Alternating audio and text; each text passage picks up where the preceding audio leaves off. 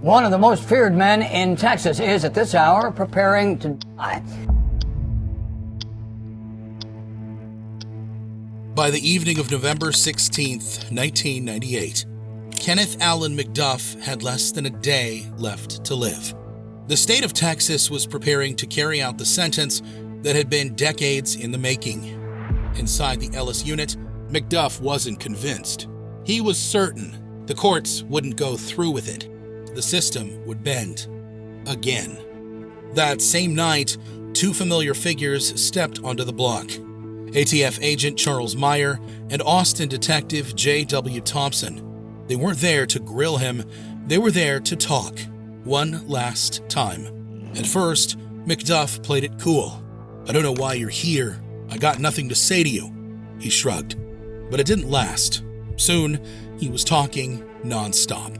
For hours, he rambled, rehashing old details, speculating on delays, clinging to one fragile belief. A stay was coming. The courts wouldn't let this happen. "You know, they never execute anyone from the appeals court," he said, almost convinced. Detective Thompson smiled, just slightly. "Mac, you're special." And he was, for the terrifying legacy he left behind. Kenneth McDuff, a psychopath who didn't just terrify Texas, but reshaped it. His crimes triggered tougher parole laws and billions in prison expansion. What started as a slow burn of escalating violence ended in tragedy.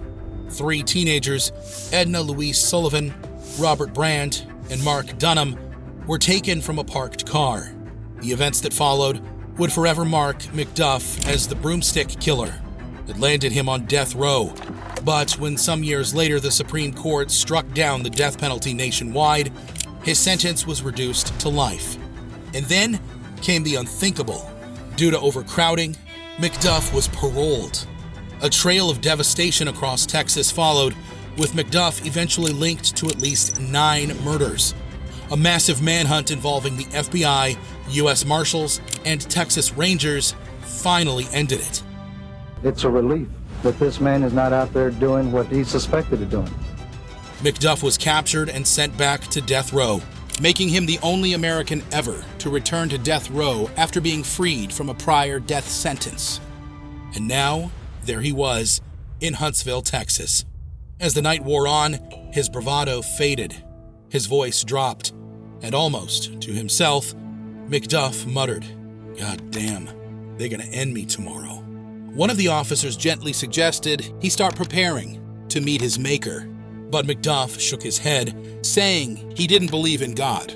With a smirk, he added, "I can't see myself floating on a cloud playing a harp." For a brief moment, they all laughed. Even McDuff. And you can laugh even harder. Just hit subscribe for more cases like this, weekly. By morning, McDuff was wide awake, having slept without incident.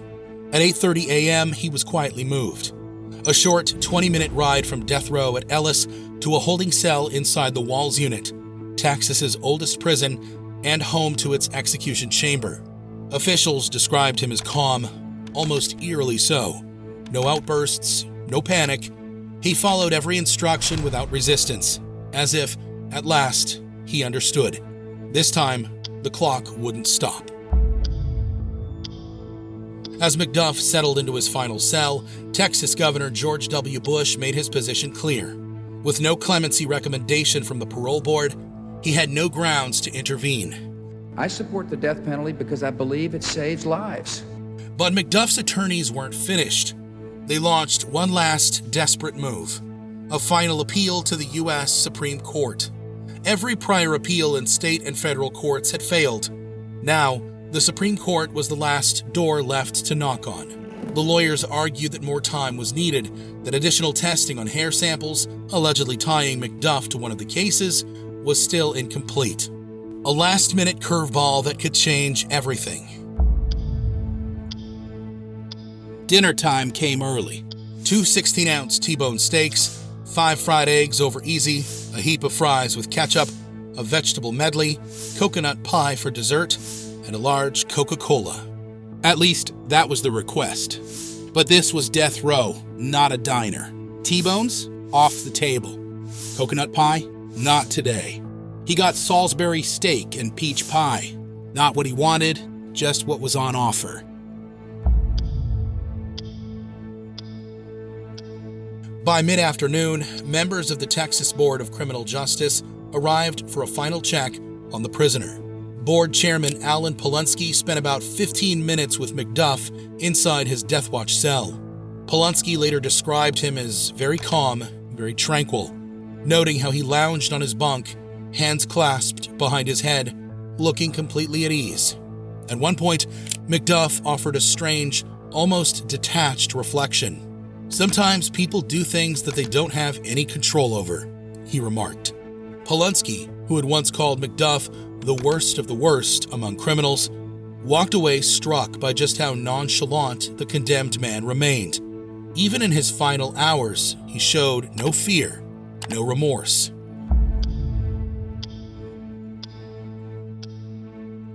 Outside the Red Brick Walls unit in Huntsville, tension thickened as the clock ticked down.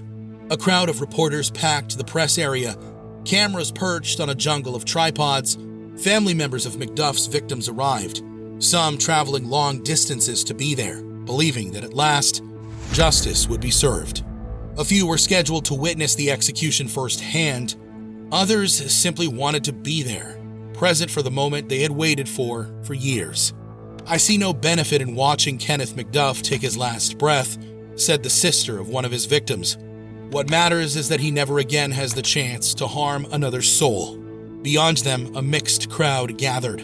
Death penalty protesters standing quietly with candles and signs, outnumbered by supporters who had come to see the sentence carried out.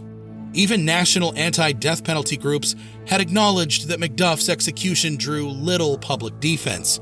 Even among hardened opponents of capital punishment, Kenneth McDuff was seen as a man for whom sympathy was hard to find. And then the last barrier fell. The U.S. Supreme Court rejected McDuff's final appeal, a decision that landed just minutes before the death warrant was set to expire.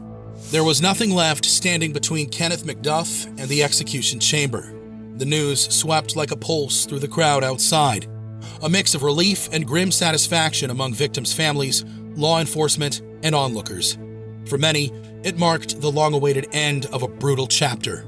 The movement of the witnesses set the next stage in motion. Victims' family members, McDuff's own relatives, and journalists all took their places in the viewing rooms, ready for the final act. A team entered the holding cell. 1 minute later, Kenneth Allen McDuff was strapped to the gurney inside the Walls unit's chamber. His mask began to crack. The composure he'd carried all day wavered. The veins in his neck were just pounding. He was scared. His large frame trembled slightly as he stared up at the ceiling, an IV line now feeding into his right arm. In the witness room, relatives of 4 victims stood in silence. "I've been waiting for this for 32 years, one father murmured. But the man on the gurney never looked their way. His eyes stayed fixed on the ceiling tiles above. When asked for final words, McDuff spoke the eerie words. He said, "I'm ready to be released. Release me." Seconds later, the lethal drugs flowed. His breathing turned ragged almost immediately as the chemicals took hold. And then a long exhale, and then there was no further movement.